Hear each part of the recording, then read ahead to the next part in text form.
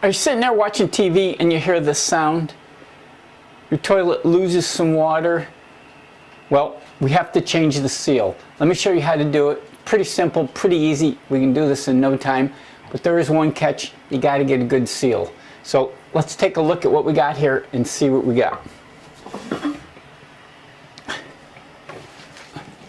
First thing we want to do is shut the water off.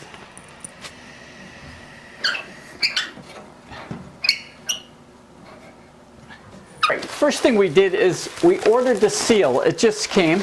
So we have a new seal from American Standard. Now I want to give you a heads up. I did go to Lowe's. I did buy the knockoff seal. It didn't work. It's the one in there now. It's still leaking. So I went to American Standard and bought the original seal. So we're going to put the original seal on and try this one. Those knockoffs made in China, not so good. This is the original seal from American Standard. They give you two pieces. They give you the big seal and they give you the little one, which we will go over. Remember now, this is the flush valve seal kit, and this is for a Champion 4 flusher. So let's open it and get it ready. First thing we got to do is disconnect the plunger. This is pretty simple. If you want, you can disconnect the chain, but you don't need to. So down here, as we lift the plumber, this is nothing more than a screw. So all we're going to do is unscrew this, and you can see that comes right off. Just a simple screw, thread it on, the plunger piece pops right off. Flip it over. I'm just curious, I don't see any bubbles or any cracks or anything, but I don't know why this one didn't work. But again, it's the cheap knockoff. I am checking my top. I don't see any breaks or anything making this a bad piece.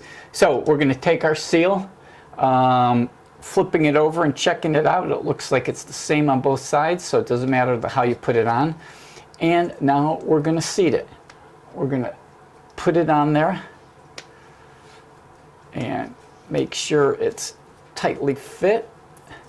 Feels pretty good. Now notice this has grooves, so we want to make sure when we seat this that it fits in the 4 grooves on the base plate down here. You can see the 4 slots, so that's how it'll fit in. We're just going to line it up.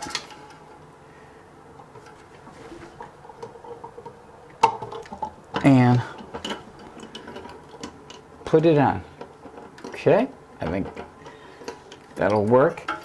Then all we got to do is screw our latch back in. Oh, before we do that, what we want to do is replace the seal on here.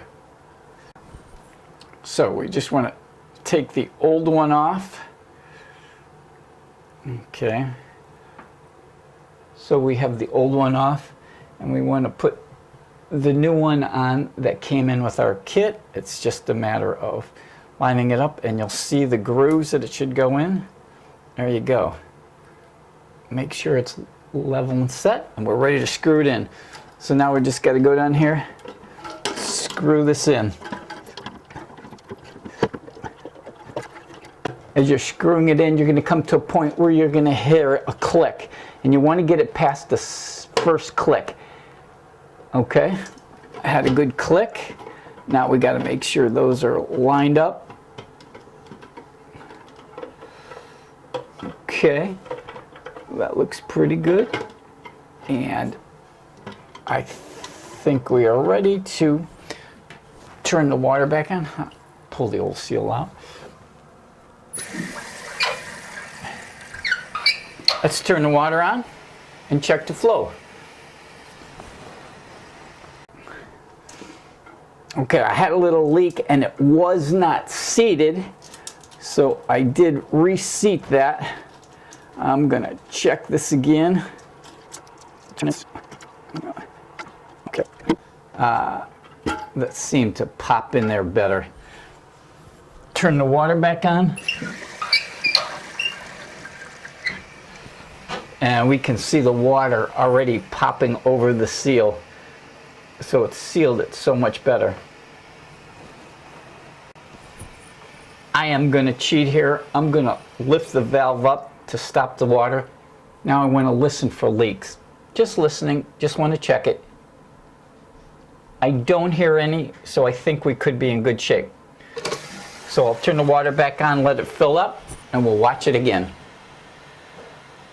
There you have it. Water's full. I hear no leaking, so I think we're success. Hey, now we can get back on our throne.